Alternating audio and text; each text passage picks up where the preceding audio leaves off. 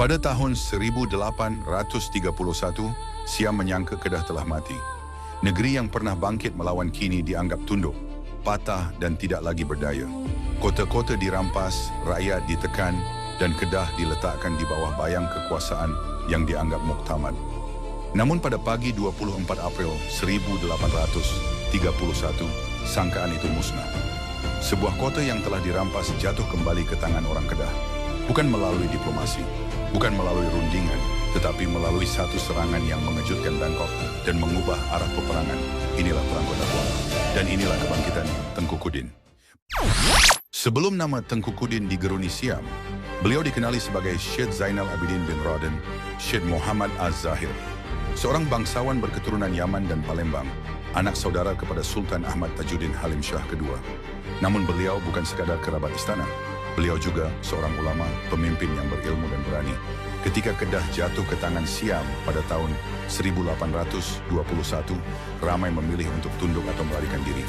Tetapi bukan beliau.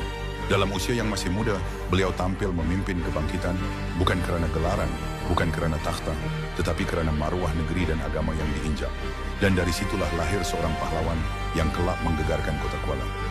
Menjelang tahun itu, Tengku Kudin telah menghimpunkan satu pasukan yang luar biasa bagi sebuah negeri yang telah jatuh. Sekitar 2.000 orang berjaya dikumpulkan. Antaranya termasuk 80 bekas tentera sepoi British yang berpengalaman dalam peperangan moden. Mereka tidak bergerak secara terbuka. Mereka menunggu masa dan sasaran mereka jelas, Kota Kuala, pusat kekuasaan Siam di Kedah. Minat kisah sejarah begini? Nak guna dalam kelas? Dapatkan koleksi video buku teks sejarah sekolah rendah dan menengah di cikgushare.my. Pada pagi 24 April 1831, serangan dilancarkan.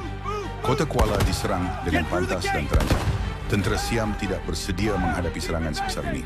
Dalam kekalutan itu, pertahanan mereka runtuh. Kota Kuala berjaya diduduki semula oleh pasukan Kedah. Bagi Siam, ini satu kejutan besar. Kedah yang disangka tunduk, kini bangkit dan merampas semula kota penting. Kekalahan ini memaksa tentera Siam berundur.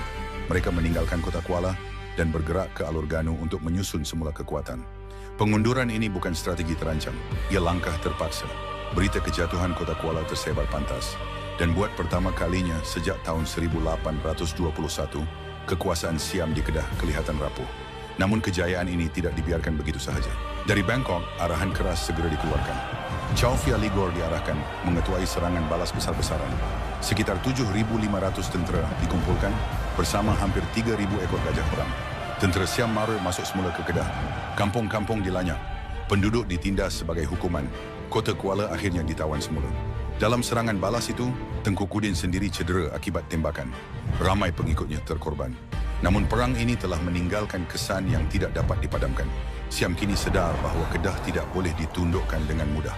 Dan bagi British, tokoh yang memimpin serangan ini bukan lagi sekadar bangsawan buangan. Beliau mula dilabel sebagai lanun. Bukan kerana rompakan, tetapi kerana beliau terlalu berbahaya untuk dibiarkan bebas. Perang Kota Kuala membuktikan bahawa Siam tidak kebal. Tetapi kemenangan itu menuntut pengorbanan paling besar.